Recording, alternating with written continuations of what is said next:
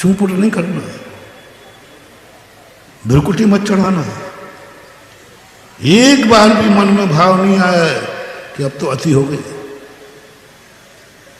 अब तो अति हो गई, एक बार छोटा सा भी नहीं आना। पारसनाथ को नहीं आया। मैंने 10 भाव पढ़े, महानुभाव, आनंद आता है। इनका चरित्र पढ़ करके शिक्षा मिलती है। मैं तो इनके चरित्र पढ़ करके बस एक ही बात सोचता हूँ, हे भगवान, मुझे सम्मान नहीं चाहिए, मैं अपमान में सफल हो जाऊं तो आपका भक्त कहलाने लायक रहूंगा। सम्मान का भूखा नहीं हूं मैं। मैंने सम्मान, जब से पारसनाथ को पढ़ा, मैंने सम्मान की बिखर छोड़ दी। मैं एक ही बात की चिंता करता हूं, मेरा अपमान पर अपमान हो, मेरी निंदा पर निंदा हो, मेरी बुराइयों पर बुराइयां हो, अच्छे कार्य करने पर भी बुरा हो और मुझे क्रोध ना आए। बस यही मैं पारसनाथ से प्रसाद चाहता हूं।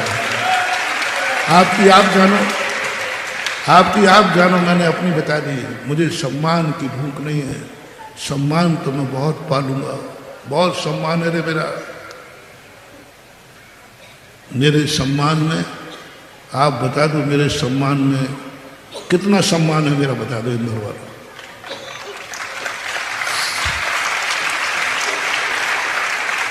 सम्मान में अभी नंबर 1 पे हूं। इतना सम्मान मिल रहा सब तरफ से। कहां से सम्मान नहीं मिल रहा है?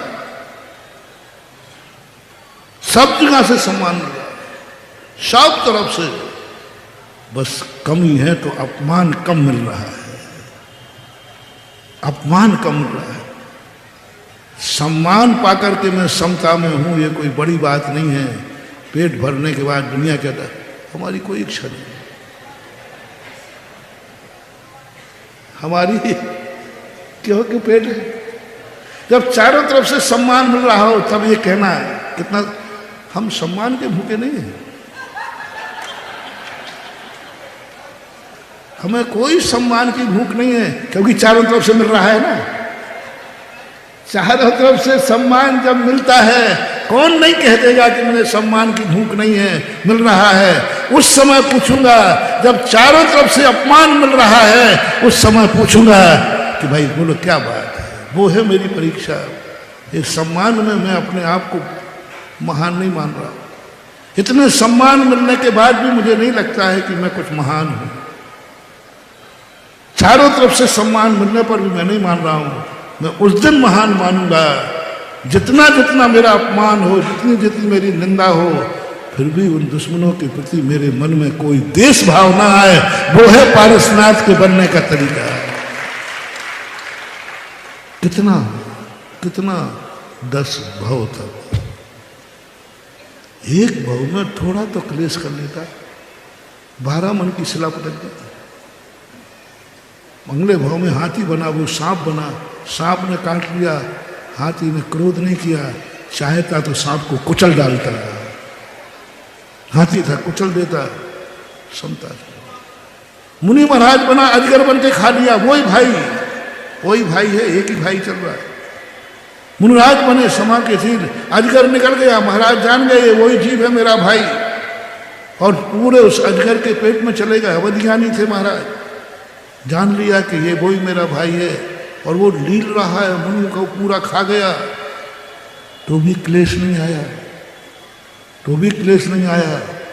अब अति हो गई, हद तो जब हो गई जब पारसनाथ बने। समय हो रहा है, बहुत मजेदार प्रसंग है इसका, कई दिनों तक चला सकता हूँ, पूरे 4 महीने में। एक बार मैंने पारसनाथ को पूरे 4 महीने चलाया था। इतने पहलू हैं, इतने पहलू हैं महानुभाव, इनके जीवन की इतनी शिक्षाएं हैं, इतनी शिक्षाएं हैं। एक एक शिक्षा पर एक एक दिन का प्रवचन दें तो भी हम इनको पूरा नहीं कर पाए। चलो समय पारसनाथ पर्याय में जब आए, अब तो शक्तिशाली थे, सौधर्म इनका बॉडीगार्ड था, पूरा 3 लोग, पूरी समाज इनके साथ थी। बोलो तीर्थंकर के साथ पूरा 3 लोग होता है कि नहीं? धर्म कल्याणक थे, जन्म कल्याणक हो गया, सौधर्मिंद जिनके लिए नौकरी दे रहा है, पूरा 3 लोग उनका, पूरे देवता उनके।